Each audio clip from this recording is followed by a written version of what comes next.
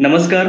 कट्टा कोल्हापुरीवरती मी सरदार जाधव आपल्या सर्वांचं स्वागत करतो आणि आज आपल्या कट्ट्यावरती थेट कतारहून श्री राहुल वाशीकर सर आपले अनुभव आणि त्यांचे जे तिकडचं कन्स्ट्रक्शन मधले ज्या गोष्टी आहेत त्या सांगण्यासाठी आज आपल्याशी जोडले गेलेले आहेत. प्रथमतः मी राहुल सर तुमचं स्वागत करतो कट्ट्यावरती. नमस्कार, थँक्यू व्हेरी मच. कोल्हापूरच्या सिद्धाळा गार्डन म्हणजे शिवाजी पेठ आणि मंगळवार पेठच्या बाउंड्रीवरती असणाऱ्या सिद्धाळा गार्डन पासून सरांनी आखाती देशामध्ये जी झेप घेतलेली आहे, जो प्रवास आहे, हा प्रवासही आज ऐकायला मिळणारच आहे आपल्याला. त्याच्या आधी मी थोडक्यात सांगू इच्छितो की सर व्हिन्सी कन्स्ट्रक्शन जी जगातली सगळ्यात मोठी कन्स्ट्रक्शन कंपनी आहे, या कंपनीच्या दोहा मेट्रो ट्रेन चे मेन प्रोजेक्ट मॅनेजर आहेत. ऍक्च्युली हे ऐकायला आवडेल की हा जो प्रोजेक्ट आहे हा इतका मोठा आहे, $2.1 बिलियन प्रोजेक्ट आहे आणि त्याचे मेन कॉन्ट्रॅक्टर म्हणून सर काम पाहत आहेत. त्यामुळं आजचा हा त्यांचा अनुभव सांगण्याची जी आजची मुलाखत आहे ती खरंच एक इंटरेस्टिंग असणार आहे, मोठी असणार आहे. सर 5 वर्ष झालं दुबईमध्ये होते, त्यानंतर 6 वर्ष सर कतारमध्ये आहेत आणि सगळ्यात मोठी गोष्ट सांगायची म्हणजे इतक्या मोठ्या अनुभवाची गाठ त्यांच्या पाठीशी आहे. त्याचा वापर त्यांनी Indian institute of quality surveyor quantity surveyor ही एक संस्था उभा केली ज्या माध्यमातून त्यांनी आखाती देशातल्या लोकांना, इंडियन लोकांना एकत्र करून त्यांना त्यांच्यामध्ये एक वेगळे स्किल्स डेव्हलपमेंटसाठी त्यांचे प्रयत्न असतात, त्याच्यामधून वेगळं शिकण्यासाठी त्यांनी पुढाकार घेतलेला आहे. सर पुन्हा एकदा तुमचं कट्ट्यावरती मी स्वागत करतो. धन्यवाद. आणि आता जसं मी बोललो की कोल्हापूरच्या पेठेमधून आखाती देशापर्यंतचा हा तुमचा प्रवास आहे, तर खरंच तुमच्या शालेय जीवनापासूनचा आम्हाला काही या ज्या आहेत प्रवासामधल्या गोष्टी त्या थोडक्यात ऐकायला आवडतील. माझं शिक्षण चालू झालं राणा सामणे विद्यालय, ते समोर आमचं पेटाळ्याच्या इथे विद्यालय होतं. तिथून परत समलोहिया हायस्कूल, SM लोहिया हायस्कूलला आम्ही 10वी पर्यंत मी होतो तिथे.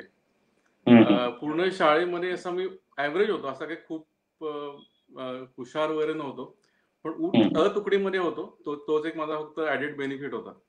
म्हणजे बऱ्याच इव्हन माझा जेव्हा 10वीचा निकाल लागला तेव्हा आमच्या एक संत मॅडम म्हणून होत्या, त्या मला म्हणाल्या होत्या की अरे तू पास झालास म्हणजे आश्चर्य आहे, बोर्डाकडून मला शाबासकी द्यायला पाहिजे तुला म्हणे. असा मी ओव्हरऑल ऍव्हरेज होतो, म्हणजे बॅक बेंचर सारखं पाठीमागे बसणं. अगदी बॅक बेंचर.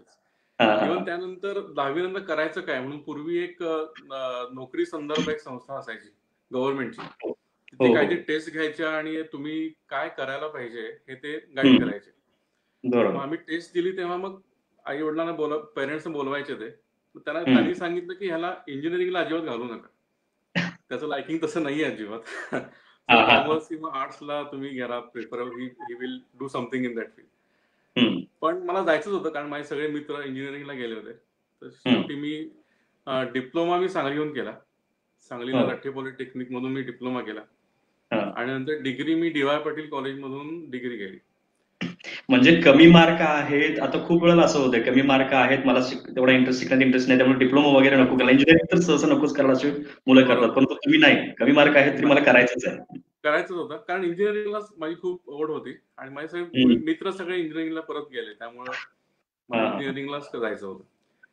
पण तिथे पण ठीक आहे होतो, पण केलं पूर्ण. 2002 मध्ये मी इंजिनिअरिंग पूर्ण केलं आणि त्यानंतर मी कोल्हापूरमध्ये स्वतःची जे कॉन्ट्रॅक्टिंग फर्म सुरू केली होती. म्हणजे मी प्रायव्हेट कॉन्ट्रॅक्ट घ्यायचो, परत आपले महानगरपालिकेचे पण कॉन्ट्रॅक्ट बरेच घ्यायचो. पण नंतर असं लक्षात आलं की संभव आपण ग्रोथ जी असते, आपण जेव्हा आपण मार्च एंडला आपण टॅक्सेशन करतो तेव्हा टर्नओव्हर हा प्रत्येक वर्षी जेवढा होता मागच्या वर्षी तेवढाच राहायचा, तर ग्रोथ काही दिसत नव्हती. म्हणजे आपण काय असं वाटल्यानंतर 4 वर्ष घालवल्यानंतर असं वाटलं की अरे आपण करतोय काय, 4 वर्ष आधी आपण जिथे होतो तिथेच आता पण आहे. मग लकीली माझा एक मित्र युकेला शिकायला गेला होता आणि तो दुबईमध्ये जॉबसाठी तो दुबईला परत आला होता. मग मी जनरल त्याच्याकडे गेलो, तर त्याला म्हटलं की अरे असं असं आहे आणि मला करायचं काहीतरी नवीन शिकायचं आहे. तो म्हणला एक क्वांटिटी सर्वेइंग हा एक खूप चांगला ट्रेंड आहे आणि खूप हायली रिस्पेक्टेबल आणि खूपच हायली पेड जॉब आहे तो, तू त्याच्यात घुस. पण मला त्यातलं काही आयडिया काहीच नव्हती, कारण हा क्वांटिटी सर्विंग हा फक्त एक सब्जेक्ट आम्हाला इंजिनिअरिंगला शिकवायला होता फक्त, म्हणजे त्यात असं काही मास्टरी वगैरे असं काहीच नव्हती. त्यामुळे ठीक आहे, मग त्यावेळी पण बूम होती दुबईमध्ये 2007 मध्ये, तर संभव मी घुसलो त्यामध्ये. पण मला त्यात काय करतात ते माहित नव्हतं, किंवा ते प्रोसिजर्स काय असतात त्या सुद्धा काही माहित नव्हत्या मला. जेव्हा मी जॉईन झालो तेव्हा माझ्यासोबत माझी एक फिलिपिनो एक कलिग होती, आणि माझा जो बॉस होता तो ब्रिटिश बॉस होता. म्हणजे तो कंपनी ब्रिटिश होती, कियर कन्स्ट्रक्शन. ओके. तर मग 2-3 कामं त्यांनी मला सांगितली. त्याच्या पण लक्षात आलं की ह्याला काही बहुतेक नाही येते, ही अजून बेसिक स्टेजला आहे. लिटरली त्यांनी मला मेल लिहिण्यापासून ते एक्सेल कसं वापरावं, ते फॉर्म्युले कसे टाकावेत, इथपासून सगळं त्यांनी मला शिकवलं.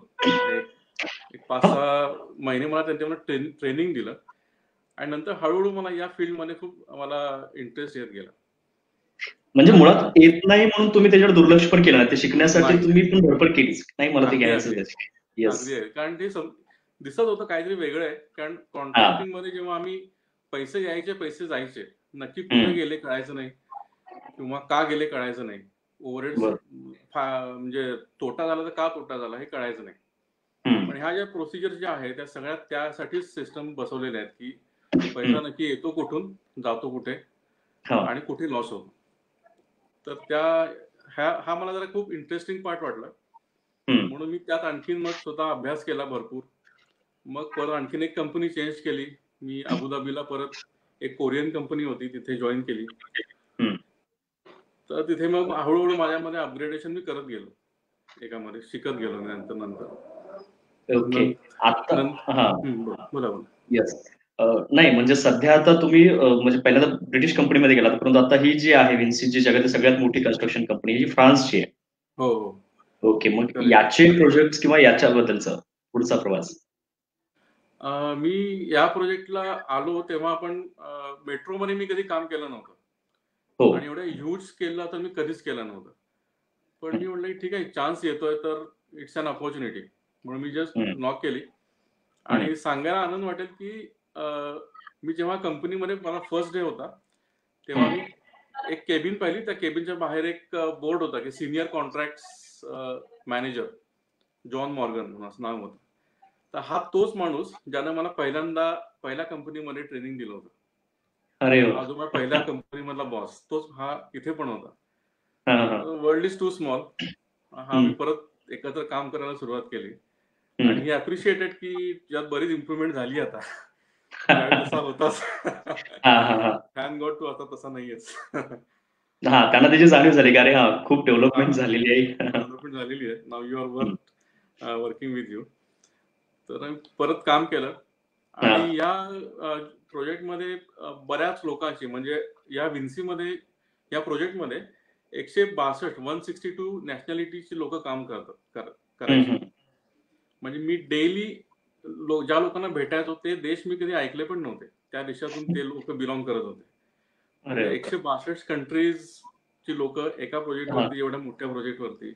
प्रत्येकाची बोलायची स्टाईल वेगळी, इंग्लिश वेगळं, प्रत्येकाचे काहीतरी प्रोनाउन्सिएशन पासून सगळं वेगळे, सगळ्यांचे स्वभाव वेगळे.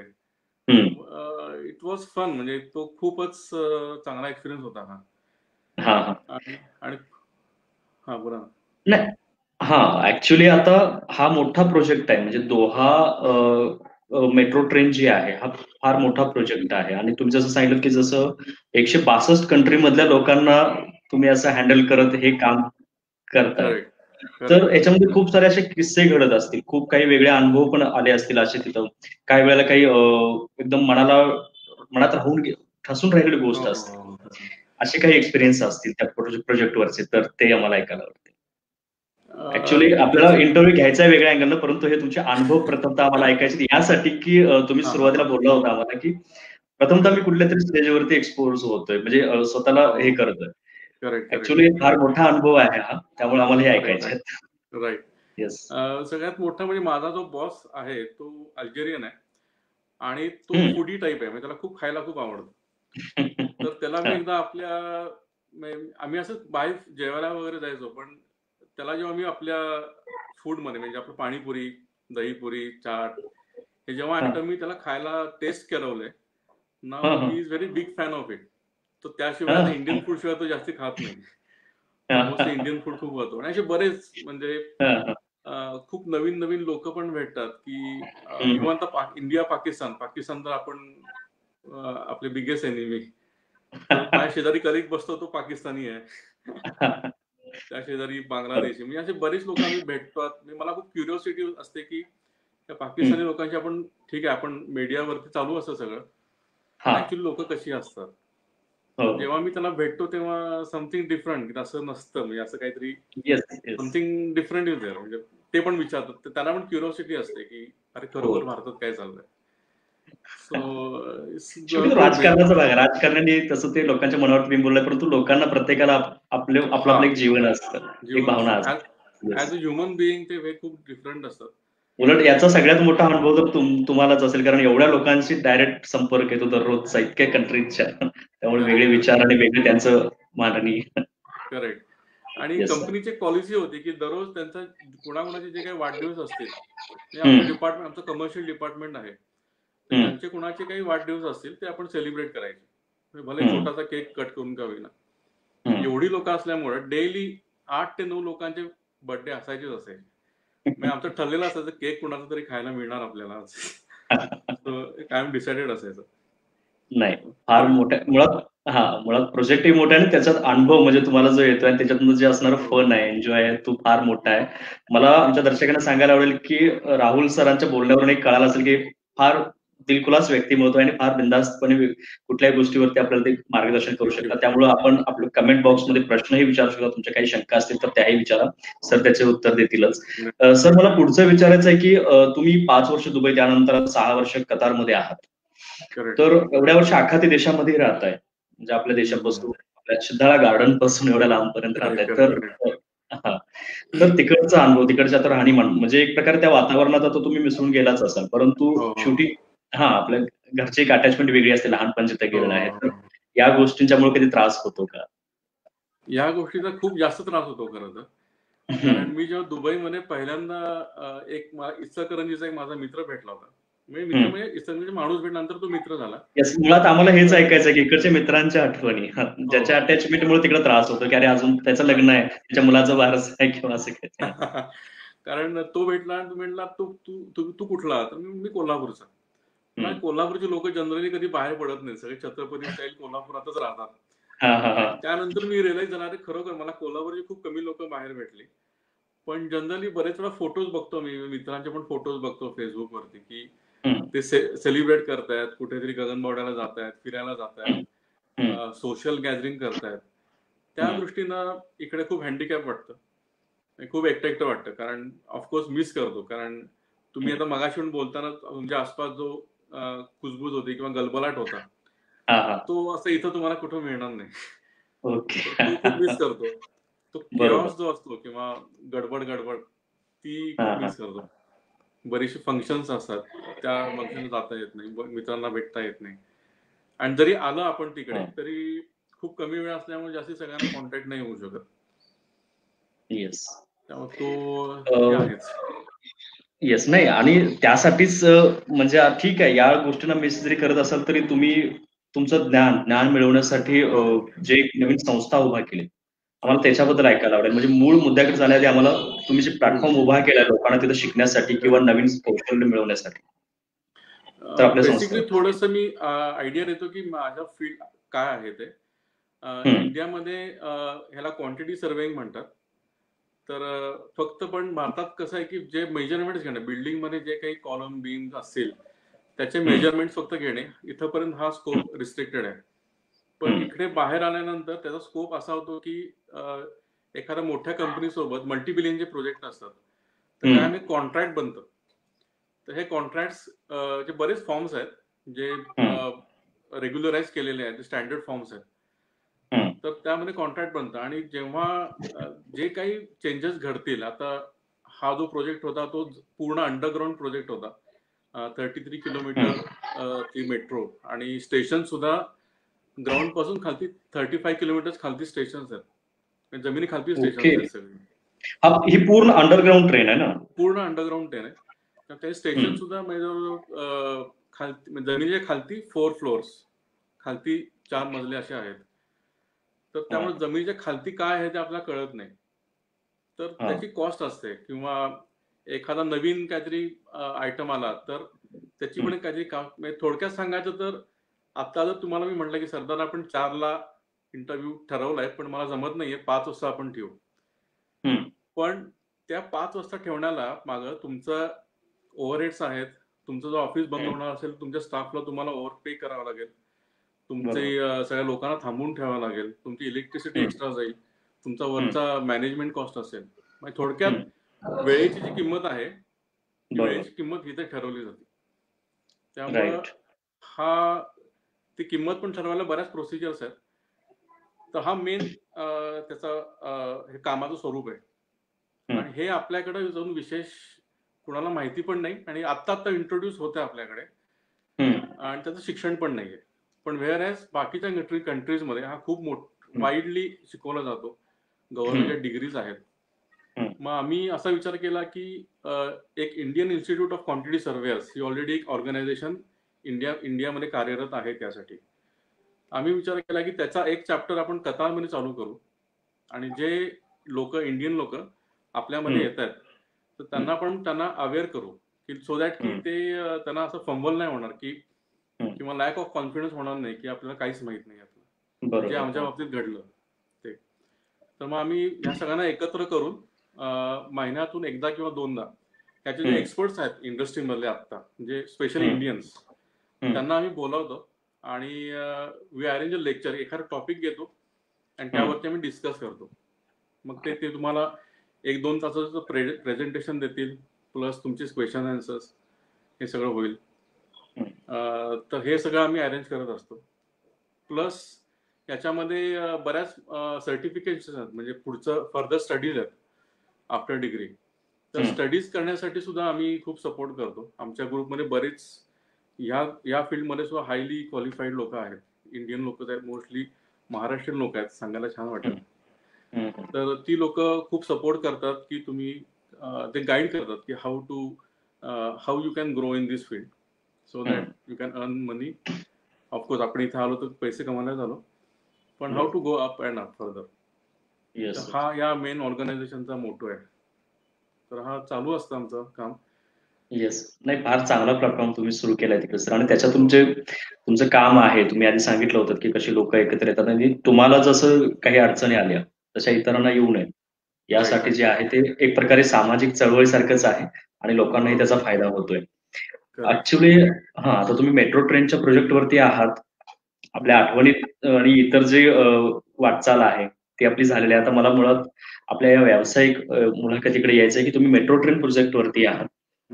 इंडियन मेट्रो ट्रेनचं बद्दल आता सध्या तुम्ही ऐकलंच असेल, किंवा मुंबईमधल्या मेट्रो ट्रेनचं वगैरे. तर याच्यात काय फरक वाटतो? आता ही कंपनी तर मोठीच आहे विन्सीज, आणि त्याचं बजेटही तुम्ही सांगितलं की 4-4 फ्लोअर पर्यंत खाली अंडरग्राऊंडचं काम आहे. तर ऑफकोर्स किती बजेट असं आणि कसं हे असेल, तर आपल्यात आणि त्याच्यात काय फरक आहे आणि आपल्याला कसं डेव्हलपमेंटला अजून संधी आहे? म्हणजे ऑफकोर्स इंडिया हे फार मोठं बाजारपेठ आहे म्हणा, किंवा तर मग याच्यात काय वेगळंपण आहे आणि संधी काय आहेत आपल्या अजून डेव्हलपमेंटसाठी? आपल्याकडे तर खूपच मोठे म्हणजे इंडिया ही एक इटसेल्फ इज अ कॉन्टिनेंट. म्हणजे आपल्याकडे कितीही आपण इन्फ्रास्ट्रक्चर डेव्हलप केलं तरी अजूनही कमीच आहे. लोकसंख्या खूप आहे, रिक्वायरमेंट खूप आहे, अजूनही लोकांना रोड्स नाहीत, मेट्रोज नाहीत. मेट्रोज फक्त ठराविक गावांमध्ये झालेले आहेत. पण भरपूर चान्स आहे. पण आपल्याकडे प्रॉब्लेम पण तेवढेच आहेत. बेसिकली पॉलिटिकल पॉवर आहे, तो तर वेगळा इश्यू आहे. प्लस जागा हा एक मेजर प्रॉब्लेम आहे. त्यामध्ये मुंबईमध्ये तुम्ही ऐकलं असेल, नवीन जे मेट्रो फेज 4 येते आहे ती पूर्ण अंडरग्राऊंड आहे. तर सध्या खूप वाईड स्कोप आहे इंडियामध्ये. आणि infrastructure project mostly major problem आपल्याकडे येतो म्हणजे जमिनीखाली पूर्वी जे काही काम केलेलं आहे त्याचे आपण कधी रेकॉर्ड ठेवत नाही. वेअरएज बाकीच्या कंट्रीजमध्ये रेकॉर्ड ठेवले जातात. जेव्हा आम्ही जमिनीखाली काम करतो त्याचे रेकॉर्ड आम्हाला माहिती असतात की कुठल्या लेवलला कोणता सर्व्हिस गेलेली आहे. बरोबर. इलेक्ट्रिकल असेल, एअरफोर्सची असेल, किंवा कुठल्याही सर्व्हिसेस असतील, ड्रेनेज असेल, तर त्या इंडियामध्ये आयडेंटिफाय करणं खूप खूप मोठा प्रॉब्लेम आहे तो.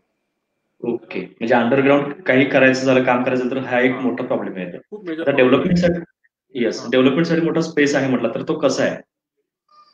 आता मी जो सिटीज बघितला, आता सिटीज जे मेजर मेट्रो सिटीज बघितलं तर मेट्रो सिटीज मध्ये आता फक्त मेट्रो येते. आणि दुसरा स्कोप म्हणजे मेजर मला दिसतो की रोड्स आणि हायवेज आणि ब्रिजेस यासाठी खूपच पोअर करायला पाहिजे. म्हणजे खूप वाईडली व्हायला पाहिजे. इव्हन आता आपण कोल्हापूरच्या आसपास जरी गेला तरी तुम्हाला रोड व्यवस्थित दिसणार नाही, किंवा जेवढे पाहिजे तेवढे रोड दिसणार नाही. तर ते रोड आधी होणं खूप महत्वाचं आहे, आणि त्यानंतर मग नेसेसरी पब्लिक ट्रान्सपोर्ट करावंच लागेल. बरोबर. आता मला अजून एक विचारायला आवडेल की ऑफकोर्स मानसिकता म्हणजे डेव्हलपमेंटसाठी म्हणा किंवा कुठल्याही प्रगतीसाठी सगळ्यात महत्वाची मानसिकता लोकांची, समाजाची मानसिकता ही फार महत्वाची असावी लागते. बरोबर. आणि आता तुम्हाला तर एवढ्या म्हणजे मगाशी जसं सांगितलं 162 नॅशनॅलिटीजच्या लोकांशी संपर्क येतो. तर आपल्या इथं काय चेंजेस व्हायला पाहिजे मानसिकतेमध्ये लोकांच्या, की जसं आता तुम्हाला अनुभव आला असेल की या लोकांच्या मानसिकता अशा असल्यामुळे इकडे डेव्हलपमेंटसाठी एवढा स्कोप आहे किंवा ही लोक अशी पुढे जातात, तर आपल्यात ही काय व्हायला पाहिजे सगळ्यात महत्वाचं? हा सर. सगळ्यात महत्वाचं म्हणजे आपण जेव्हा कुठलाही नवीन नियम येतो, तुम्ही लक्षात आला असेल, आपण त्याच्यातून पळवाट कशी काढायची हे त्याचा आपण आधी अभ्यास करतो. बरोबर. इथे तसं होत नाही. इथं ती पॉसिबिलिटी असते, पण सिस्टीम अशा बनवल्या गेल्या आहेत की तिथे पळवाट निघणारच नाही. कारण ह्या एवढे मोठे प्रोजेक्ट असतात, इथे करप्शनचा खूप मोठा चान्स असतो. इव्हन स्पेसिफिकली आमच्या सिग्नेचर शिवाय कुठलीही पेमेंट होत नाही. तर we are the responsible person. पण आम्ही बेसिकली आम्हाला करता येत नाही, कारण त्याला इतके क्रॉस चेक ठेवलेले आहेत. आम्ही कोणीही करायचा प्रयत्न जरी केला की कुठं ना कुठं ते सापडतं. या सिस्टीम ज्या आहेत त्या भारतात आपल्याकडे खूप ट्रान्सपरंटली फॉलो होत नाहीत. कारण हे करप्शन हे करायचंच आहे ठरवून पुढे चाललं जातं. मुद्दामून लूपहोल्स ठेवली जातात असं म्हणायचंय. एक्झॅक्टली, मुद्दाम ठेवली जातात किंवा क्रिएट केली जातात. क्रिएट केली जातात. नाही म्हणजे हा एक चेंज मोठा व्हावा. हा खूप मोठा व्हायला पाहिजे मेंटॅलिटीमध्ये. कारण झालेल्या नियमाला आपल्याला बायपास करायचं आहे हे आपल्या मनात आधी बसलेलं असतं की हा तो बायपास नियम. म्हणजे आता आपल्याकडे मला आठवतं की FSI चा नियम आला होता.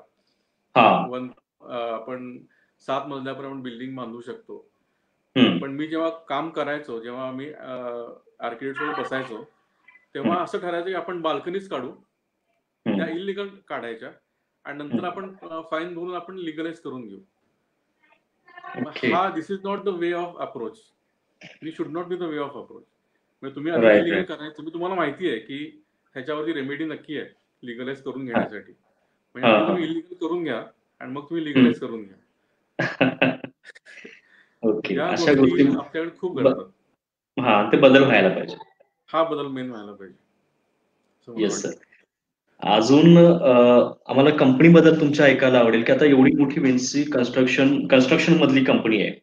आता तुम्ही बांधकाम व्यवसायावरती आलाय म्हणून मला विचारायचं आहे की जगभर सगळ्यात मोठमोठ्या प्रोजेक्ट वरती ही कंपनी काम करते. तर याचं नेमकं काय कारण आहे की मोठमोठे प्रोजेक्ट अशा कंपनीला भेटतात आणि त्यांचं कामाचं म्हणजे त्याच्यामधले असणारे हे काय म्हणतात मोठं काम म्हणजे त्याच्यामध्ये असणारी पारदर्शकता तर तुम्ही सांगितलीच. वेगळेपणा काय असतो की ज्यामुळे एवढे मोठे मोठे प्रोजेक्ट आणि एवढे महागडे प्रोजेक्ट त्यांना भेटतात. तर त्या सगळ्यात मेजर पार्ट आहे की तो एम्प्लॉईना जो टेक केअर करतात किंवा जे एम्प्लॉई आहेत they consider it as a family. ते कधीही असं नाही समजत की एम्प्लॉईला काय प्रॉब्लेम असेल किंवा तर तो त्यांचाच प्रॉब्लेम असतो बेसिकली. आणि शिवाय ते एनकरेजमेंट जी असते, म्हणजे भले आम्ही भरपूर पैसे वाचवले कंपनीचे एखाद्या वर्षी, तर आम्हाला ते खूप मोठा बोनस पण देतील, अप्रिसिएशन देतील, किंवा बरेच आमच्या अलाउन्सेस मध्ये काहीतरी ऍड करतील. हे काही न बोलता हे जेव्हा एखादी व्यक्ती आपल्यासाठी काहीतरी करतेय, तर डेफिनेटली आपल्याला वाटतं की आपण पण कंपनीसाठी काहीतरी केलं पाहिजे. बरोबर, ती भावना निर्माण होतेच. बेसिक फिलिंग आहे. आणि हे जेव्हा होत जातं तेव्हा आपण तर ग्रो होतोच, पण कंपन्या पण ह्या ग्रो होत राहतात. ही सगळ्यात मोठी बाब आहे असं मला वाटतं. विन्सीची ही सगळ्यात मोठी बाब आहे. मोठी बाब आहे. त्यामुळे मोठी करेक्ट. करोना आता होता, करोनाचा पिरियड होता, 4 महिने इथे लॉकडाऊन होतं पूर्ण. पण 4 महिने आम्ही घरातून काम केलं. त्यांना ऑफकोर्स आपण घरातून काम करतो तेव्हा इफिशियन्सी वरती पण परिणाम होतो. पण त्यांनी कुठेही सॅलरी कट नाही केली, जे आहे ते तुम्हाला देत गेले आणि just they keep on encourage की डोंट वरी, तुम्ही सेफ आहात. ह्या जेव्हा हातावर पाठीवरती हात थाप पडते तेव्हा आपण आणखी मोटिवेट होऊन काम करायला लागतो. Yes yes yes. मला हा प्रश्न यासाठी विचारावासा वाटलेला कारण लॉकडाऊन मध्ये इकडं तरी इंडियामध्ये खूप ठिकाणी जॉब केलेले आहेत, इंजिनिअरिंग आणि इतर सेक्टरमध्ये तर खूप जॉब केलेले आहेत आणि ती मुलं बऱ्यापैकी व्यवसायाकडे वळत आहेत. काही जण आपल्या छोट्या मोठ्या कंपन्या किंवा स्टार्टअप सुरू केलेले आहेत. तर त्याच्या पाठीमागे हा एक मूलमंत्र आहे असं मला वाटतंय सर, की तुम्हाला कंपनी रन करायची असेल तर आपल्या एम्प्लॉईना फॅमिली सारखं जर ठेवलं तर तेच एम्प्लॉई तसाच फीडबॅक किंवा तसंच रिप्लाय आपल्या कंपनीला एवढा भारी देतात की त्यामुळे कंपनीची ग्रोथ होते. ऑफकोर्स. मग हा एक चांगला सल्ला आहे इनडायरेक्टली मिळालेला. आणखी सर आता मला याच्याशी संदर्भात पुढचा की कोरोनामुळे जे लॉकडाऊनमुळे जे परिणाम झाले आहेत इकॉनॉमीवरती असतील किंवा इतर सामाजिक जीवनावरती असतील, कुठल्याही कंट्रीमध्ये बऱ्यापैकी आता सगळीकडे सेम झालेले आहेत. आखाती देशामध्ये त्याच्यावरती त्यांना टॅकल करण्यासाठी कसे पर्याय काढले गेले? म्हणजे युरोपमध्ये रेस्टॉरंट्समध्ये 50% गव्हर्नमेंटनं पे केलं कारण इकॉनॉमीला रन होण्यासाठी. तसं आखाती देशामध्ये कसं केलं तिकडं? आता तुमच्या कंपनीनं तर येस. आखाती देशामध्ये कसं आहे की बेसिकली ह्या ऑइल बेस्ड कंट्रीज असतात. ऍक्च्युली ऑइल आणि गॅस यांना जो असतो तो त्यांचा रिझर्व्ह मेजर असतो आणि मेजर यांच्याकडे फंडिंग बरंच असतं. म्हणजे पॉप्युलेशन खूप कमी असल्यामुळं त्यांचा जो रिझर्व्ह असतो, economic reserve, that is very high reserve. So ते मार्केटमध्ये इझिली पोअर करू शकतात. पण असं झालं की यावेळी बरेचसे प्रोजेक्ट जे अननेसेसरी होते, त्यांनी एक विजन ठेवलं होतं की 2030 पर्यंत कतारला आपण या लेवलला घेऊन जायचं. त्या दृष्टीने त्यांनी प्रोजेक्ट चालू केले होते. ते त्यांनी पुढचे प्रोजेक्ट आता बंद करून टाकले कारण कॅश फ्लोचा प्रॉब्लेम व्हायला लागला किंवा जे काय असेल ते. आणि आता 2022 ला आता इथे फिफा वर्ल्ड कप होतीये. म्हणजे फुटबॉलची जी फिफा वर्ल्ड कप आहे ते 2020 ला इथं कतार होस्ट करत आहे. त्या रिलेटेड जेवढे प्रोजेक्ट आहेत त्यांनी खूप बूस्टअप केले आणि बाकी फंडिंग जे आहे ते गव्हर्नमेंटनं स्वतः पोअर केलं. स्वतः बऱ्याच जी कंपन्या ज्या ऑफकोर्स डब आल्या होत्या त्यांना बऱ्याचशा आधार दिला. इव्हन जे सिटीजन्स, आता आम्ही बाहेरचे आहोत पण आम्हाला सुद्धा मेडिकल फॅसिलिटीज खूप हाय लेवलच्या मेडिकल फॅसिलिटीज ते प्रोव्हाइड करून देतात. असं नाही की तुम्ही बाहेरचे आहात तुम्हाला आम्ही पाहणार नाही. सो हा एक खूप चांगला इथे ऍस्पेक्ट होता. आता हळूहळू होत आहे. येस. खूप छान. सगळ्यात तुमच्या मनात म्हणजे राहिलेला अनुभव असा कुठला आहे? तुम्ही एवढा आता जगभराचा प्रवास केलात, वेगवेगळ्या मोठ्या प्रोजेक्ट वरती काम केलं, असा कुठला प्रोजेक्ट किंवा असं कुठलं ठिकाण आहे, कुठं असं कुठली कंट्री आहे की जिथं तुम्हाला फार वेगळे अनुभव आले होते? त्यातला एखादा अनुभव मला किस्सा ऐकायचा आहे. मला प्रवास मेजर जे काय अनुभव आले, मी ह्या कंपनीमध्ये खूप जास्ती अनुभव आले कारण मी 6 वर्ष कंटिन्युअस एकाच कंपनीमध्ये राहिलो. सगळ्यात गमतीचा अनुभव म्हणजे मी जेव्हा इंटरव्ह्यू दिला तेव्हा माझा एक आफ्रिकन बॉस होता, तर त्यानं मला इंटरव्ह्यू घेतला. मी त्यावेळी कोल्हापूरमध्ये होतो. तर इंटरव्ह्यू दिला तेव्हा त्यावेळी माझा सेन्स नव्हता की आपण बॅकग्राऊंडला काय पाहिजे किंवा कसं पाहिजे आपण इंटरव्ह्यू देताना. तर आमच्या घरी तुम्हाला आठवत असेल कडाप्पा जो असतो, कडाप्प्याचे रॅक असतात. तर ते मध्ये पूर्ण आपण डंप केलेलं सगळं सामान आणि त्या सगळा पसारा पाठीमध्ये दिसत होता आणि इंटरव्ह्यू सो गेला. मी असं काही खूप ओके गेला, चांगला गेला.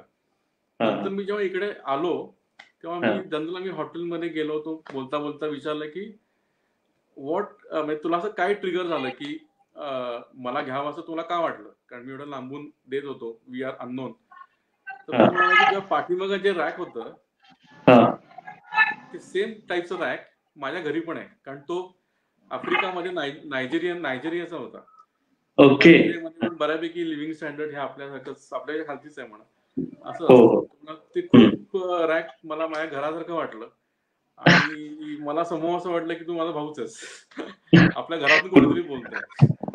सो यू नेव्हर नो की तुम्हाला कोण कुठे क्लिक होईल आणि तुम्हाला कुठली गोष्ट कोणाला अपील करेल सांगता येत नाही. सो ही मला एकदम शॉक झाला. अरे लोक असं पण बघतात किंवा असे पण मला विचार येतात. अरे वा, व्हेरी गुड. म्हणजे योगायोग म्हणायचा. हा, आणि अशा गोष्टी होत असतात. होत सर असतात. खूप छान. म्हणजे आपल्या मुलाखतीला खूप मुद्दे असे होते, वेगळ्या गोष्टी घ्यायच्या आहेत, घ्यायच्या होत्या, परंतु आपल्याला वेळेअभावी त्या आपण जास्त घेणार नाहीये. आता मी शेवटच्या प्रश्नाकडे येतोय की तुमचं पुढचं धोरण म्हणजे आता एवढ्या मोठ्या प्रोजेक्टवरती काम करताय, यानंतरची पुढची वाटचाल याबद्दल थोडक्यात. मला नक्कीच आवडेल. मी आता फक्त चान्स शोधतोय की मला नक्की आवडेल की आपल्या भारतामध्ये मला येऊन ओके. हे जे मी काय शिकलो किंवा अनुभव घेतला मला भारतामध्ये इम्प्लिमेंट करायचंय. सो अशा बऱ्याच कंपन्या, माझी जशी छोटी कंपनी होती कॉन्ट्रॅक्टिंग कंपनी, पण अशा पण अजूनही मी बघतोय बऱ्याच मिड लेवलच्या कंपन्या आहेत की they are still struggling in finance. की मग असं माझी खूप इच्छा आहे की स्वतःची कन्सल्टन्सी असावी आणि माझा एक्सपिरियन्स त्यांना सपोर्टिव्ह देऊन मी त्यांची कंपनी लाईनअप करू शकेन. थोडक्यात त्यांना एक सपोर्ट पण होईल आणि माझ्या एक्सपिरियन्सचा तिकडे फायदा पण होईल. सो हा माझा प्लॅन आहे की मला इच्छा आहे की त्यासाठी शुभेच्छा सर. आणि खरंच तुम्ही इकडे यावं. आणि मुळात आमच्या दर्शकांना मला सांगायचं आहे की सरांची वाटचाल आपल्याला यासाठी ऐकायची होती की ह्याच्यातच एक इन्स्पिरेशन मिळणार आहे नव उद्योजकांना म्हणा किंवा नवीन जे आता स्टार्टअप करतात यांच्यासाठी, की नकळतपणे सरांनी जाता जाता काही मूलमंत्रही सांगितले त्याच्यामध्ये. आणि सर खरंच वेलकम तुमचं. पुन्हा तुम्ही इकडे येऊन कोल्हापूरला तिकडे सगळं डेव्हलपमेंट मिळतो, इकडचा जो अनुभव आहे, तिकडच्या शिकलेल्या कौशल्याच्या गोष्टी आहेत, त्याचा फायदा होईल. आणि त्याचा फायदा कोल्हापूरला नाही तर आम्हालाही होईल, कारण आम्ही इकडेच राहतो. त्यामुळं त्यासाठी खूप शुभेच्छा तुमच्या. आणि कोल्हापूरवरती तुम्ही वेळ काढून एवढ्या लांबून तिकडच्या कामामधनं वेळ काढून तुम्ही याच्यावरती आलात, त्याबद्दल खूप खूप धन्यवाद. मला आणखीन एक ऍड करावं असं वाटेल. हो सर. तुमचे बरेच इंटरव्ह्यू पण बरेच फॉलो करतोय मी, पण स्पेशली या पिरियड मध्ये जे काही तुम्ही नवीन हा उपक्रम चालू केलाय की नवीन नवीन लोकांना तुम्ही घेऊन येत आहे, नवीन नवीन फील्ड मध्ये जे कधी ऐकले पण नव्हते. बऱ्याच वेळेला अशी असतं की ती नावं आम्ही फक्त लहानपणापासून ऐकतोय, पण ते माणूस कोण माहिती नसतो. पण अशा लोकांना तुम्ही घेऊन पुढे येत आहे, तो खूप इंटरेस्टिंग आहे तुमचा हा ग्रुप. नाही म्हणजे थँक्यू सर. मला याच्या पाठीमागे बॅकग्राऊंड थोडं सांगावंसं वाटेल तर की मुळात कोरोनाच्या या कालावधीमध्ये फक्त कोरोनाच्या न्यूज किंवा इतर अशा गोष्टींचा मारा होत होता सगळीकडून लोकांच्या, म्हणजे आमच्यावरती. आमच्या कंपनीचं त्यावेळी वर्क फ्रॉम होम चालू होतं. मग आमच्या डोक्यामध्ये एक दुसरी संकल्पना आली की काम करता करता आमचं जे काम चालू आहे त्या काम करता करता लोकांच्या समोर आपल्यासारख्या लोकांना घेऊन यावं, की जी खरंच कोल्हापूरमधून बाहेर जाऊन म्हणा किंवा कोल्हापूरमध्ये सुद्धा काही फार इनोव्हेटिव्ह कामं करता आहेत आणि जी फार स्टेजवरती येत नाहीयेत. म्हणजे त्यांचं काम ते फक्त आपल्या कामात बिझी आहेत आणि खरंच ती लोकांसाठी इन्स्पायरिंग आहेत. ती लोक आयडॉल सुद्धा होऊ शकतात. आणि तरुणांना म्हणजे या काळात खूप लोक फ्रस्ट्रेट झालीत, खूप लोक निराश झाली की आता हे काय करू, माझा बिझनेस तर असा व्हायला लागलाय.